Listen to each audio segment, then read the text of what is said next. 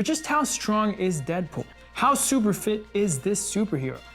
There are plenty of superheroes out there who are noble, honest, and dignified examples of the best and brightest that humanity could become. Then there's Deadpool. A special ops soldier turned mercenary, Wade Wilson wound up with superhuman powers after seeking an experimental treatment for a sudden onset of cancer that would have otherwise killed him. Never one to let the real world drag him down, however, Wade Wilson threw on some saucy red and black tights and became Deadpool. Unlike many super people from comic books, Deadpool's powers don't directly multiply his strength. Technically, his only power is the ability to heal from wounds that would kill normal people. But for the purposes of this video, we're just going to discuss the film version of Deadpool from the recent films as played to perfection by Ryan Reynolds. Yeah, Ryan! In spite of his ostensible lack of super strength, Deadpool has managed quite a few feats in these two movies that would be well beyond even the most athletic among us. The first Deadpool, for example, Wade kicks a man hard enough that he not only goes flying out of a moving car, but he sends the car door with him.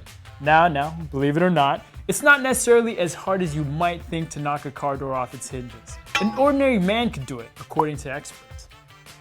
The forces required to knock a door clean off a car are pretty crazy. The National Highway Traffic Safety Administration has an entire safety standard dedicated to testing door retention. Now, those tests are designed to be when the door is closed because nobody drives around with the doors open. But if the door were open, you could use that entire length as a lever arm to kind of torque on the hinge, and that would make it a lot easier for somebody to remove a car door with their hands or feet. But in Deadpool's case, he's not only pushing against the force of the door, he's also shoving against the wind resistance of a car going at highway speeds.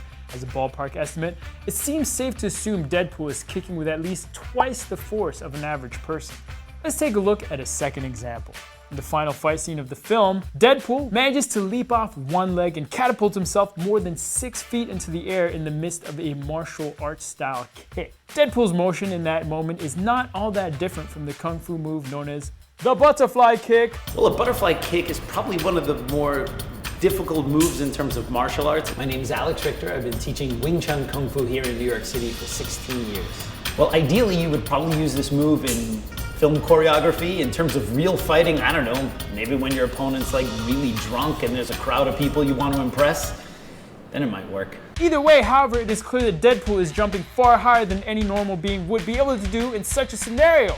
In the scene, Deadpool manages to kick Francis in the face as he's still going upward.